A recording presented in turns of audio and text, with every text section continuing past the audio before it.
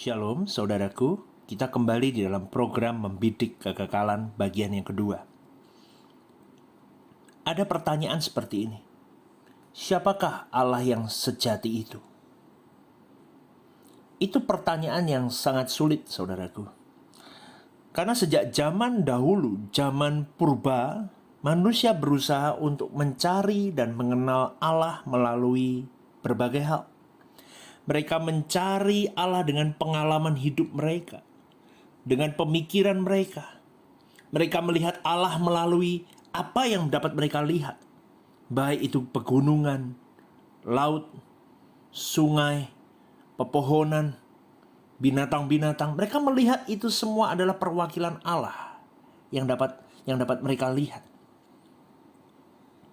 Dan banyak hal lagi manusia mencari di dalam pengalaman mereka untuk menemukan who is God.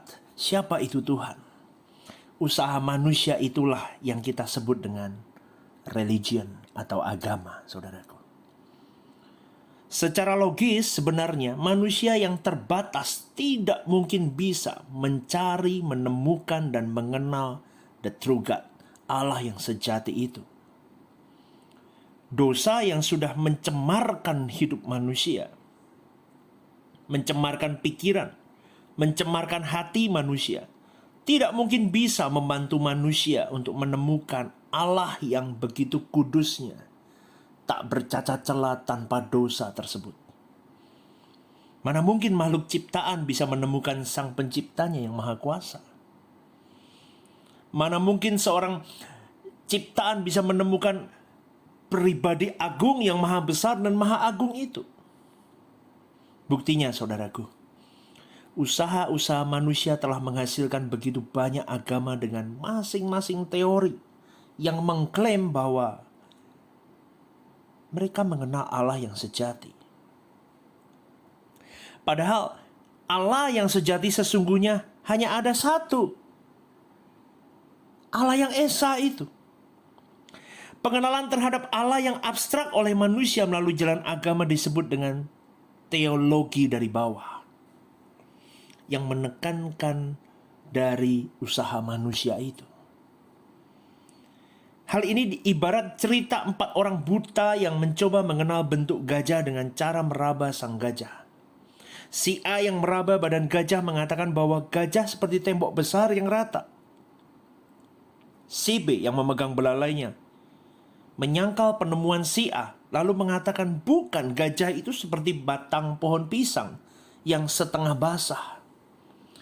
Si C yang memegang ekor gajah menuduh A dan B itu buta dan mengatakan bahwa gajah itu ibarat tali besar yang ujungnya berbulu. Beda lagi dengan si D. Si D yang memegang daun telinga gajah menyalahkan semua penemuan rekan-rekannya itu.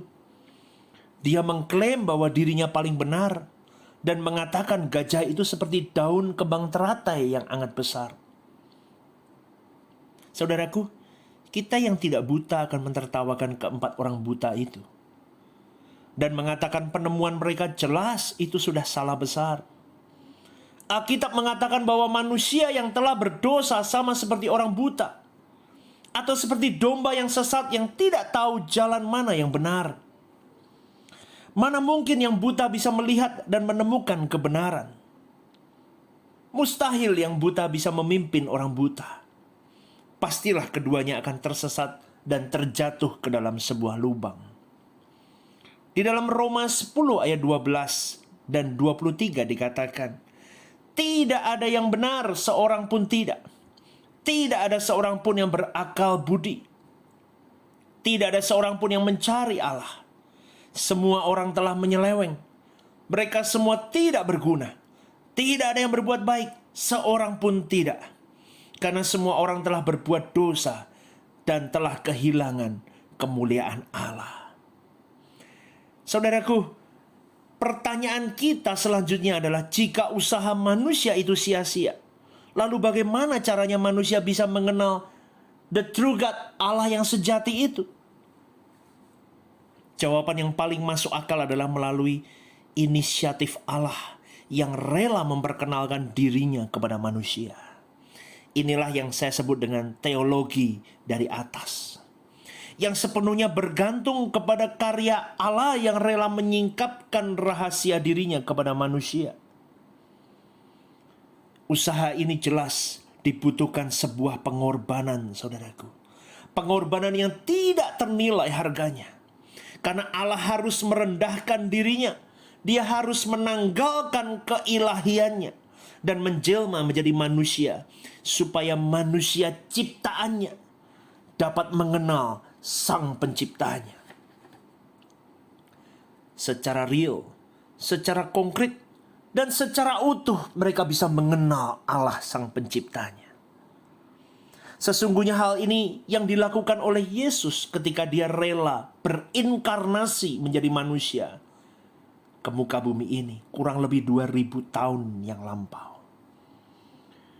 Saudaraku, dia yang roh harus menjadi darah dan daging.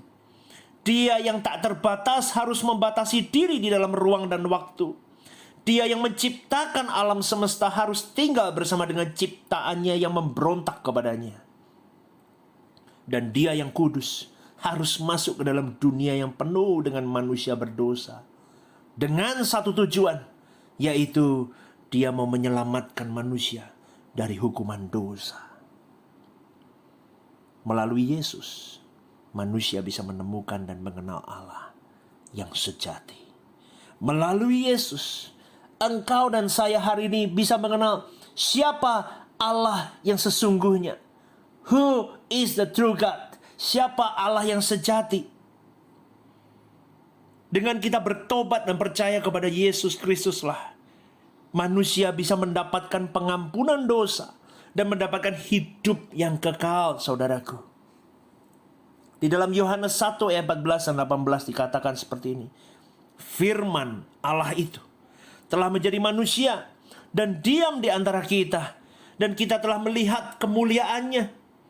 Tidak seorang pun yang pernah melihat Allah, tetapi anak tunggal Allah yang ada di pangkuan Bapa, dialah yang menyatakannya. Saudaraku, kita kembali kepada pertanyaan kita. Sudahkah saudara mengenal Allah yang sejati di dalam hidupmu? Jika selama ini yang saudara kenal hanyalah teori agamawi yang menawarkan konsep ilah, konsep Allah yang abstrak, saya kira saudaraku, saatnya saudara mulai berbalik arah, mulai belajar mengenal Yesus dengan sungguh-sungguh. Mulai sungguh-sungguh kita mengerti Allah yang sejati, Allah yang harus kita kenal, Allah yang sudah mengorbankan dirinya untuk dirimu dan diriku, dan bangkit pada hari yang ketiga untuk menyiapkan tempat di mana kekekalan itu sungguh ada di dalam kepercayaan kita mengarah kepada Yesus. Saudaraku, ingatlah, Dialah satu-satunya Tuhan dan Juru Selamat kita yang benar. Ayo jangan ragu lagi. Kita berjuang sungguh-sungguh melayani Tuhan dan menemukan Tuhan dengan konkret. Mari kita masuk di dalam doa. Kami bersyukur Bapakku, hari ini kami diingatkan di dalam renungan ini. Kami bisa menemukan siapa Allah yang sejati dalam hidup kami. Kami mau berpaling, kami mau sungguh-sungguh mengejar dan membidik kekekalan kami. Sehingga ketika saatnya kami harus pulang ke pangkuan Tuhan, kami mengenal Allah. Allah mengenal kami, dan kami sudah bisa menikmati Allah yang utuh semenjak kami hidup di muka bumi hari ini. Terima kasih Bapakku. Biarlah kiranya setiap pendengar dimanapun mereka berada diberkati dan dipakai Tuhan menjadi alat Tuhan yang begitu maksimal. Haleluya. Amin. Shalom saudaraku. Tuhan Yesus memberkati. Haleluya.